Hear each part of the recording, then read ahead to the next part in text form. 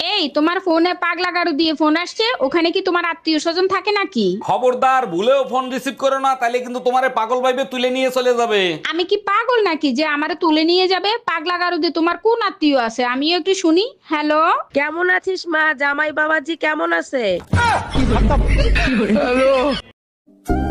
High, আমার এই মাসে 20,000 টাকা স্যালারি চলে এসেছে। চলো শপিং এ যাই।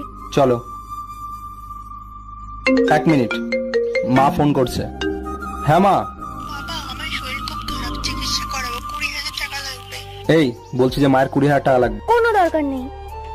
মা বললো মা প্রচন্ড অসুস্থ, চিকিৎসা করাবে। হ্যাঁ মা, আমার কাছে কোনো টাকা নেই। সরকারি হাসপাতালে যেতে বলো।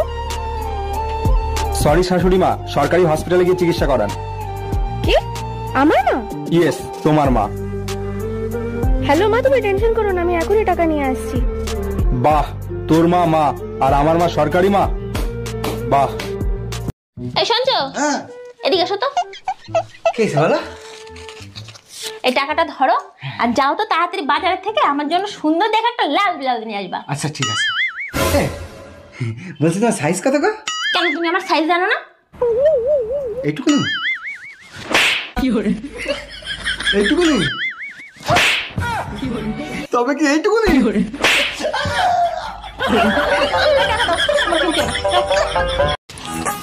এই শোনো, হ্যাঁ বলছি তোমার কাছে সেই 50 টাকাটা পাই না?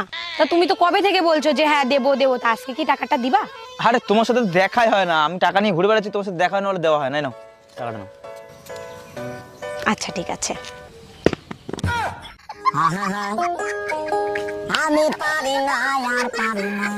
ভাবি, শুনলাম বিয়ের আগে আপনি নাকি কারো কোনো কথা শুনতেন না, এর জন্য আপনি আপনার মায়ের হাতের মাইরও খাইছেন। অরুণ ভাই, শুধু মায়ের খাই নাই, 3 বেলা ভাতের সাথে ঝাটার বাড়ি ফ্রি ছিল। বিয়ের পরে এত ভদ্র হইলেন কি করে? আজ পর্যন্ত শাশুড়ির সাথে তর্ক পর্যন্ত করতে দেখলাম না। ভদ্র কি আর সাধে হইছি? বিয়ের পর যখন জানতে পারছি সব সম্পত্তি শাশুড়ির নামে। পৃথিবী একদিকে একদিকে আমি। কেন, তুমি কি চাঁদে থাকো না? এই, তোমার সাথে একটা লোক দেখা করতে আসছে, লোকটা দেখতে একেবারেই তোমার মতো। আরে তাই তো, মনে হয় ওর মা আগে আমাদের বাসায় কাজ করতো। তোমাদের বংশটা আসলেই একটা নোংরা বংশ। হ্যাঁ ভাইয়া, আগে কি তোমার মা আমাদের বাসায় কাজ করতো? না ভাইজান, আমার বাপ কাজ করতো।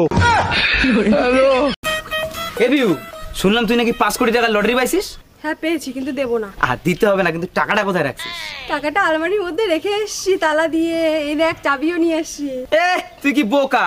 ওই 5 কোটি টাকার জন্য যে কোনো চোরই তালা ভেঙে ফেলবে। হ্যাঁ, এই জন্য আমি তালাটা সাথে করে নিয়ে আসছি যাতে তালাটাকে ভাঙতে না পারে।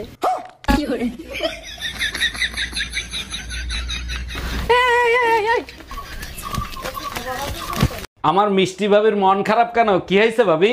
জানেন অরুণ ভাই, পাশের বাড়ির রুম্পা ভাবি তার একটা কষ্টের কথা বলে আমার কাছ থেকে 5,000 টাকা ধার নিছিল। আমি জানি তো আপনার মন অনেক বড়, কারো কষ্ট সহ্য করতে পারেন না। আমার 14 গোষ্ঠী কষ্টে আছে বলেও টাকাটা ফেরত আনতে পারলাম না।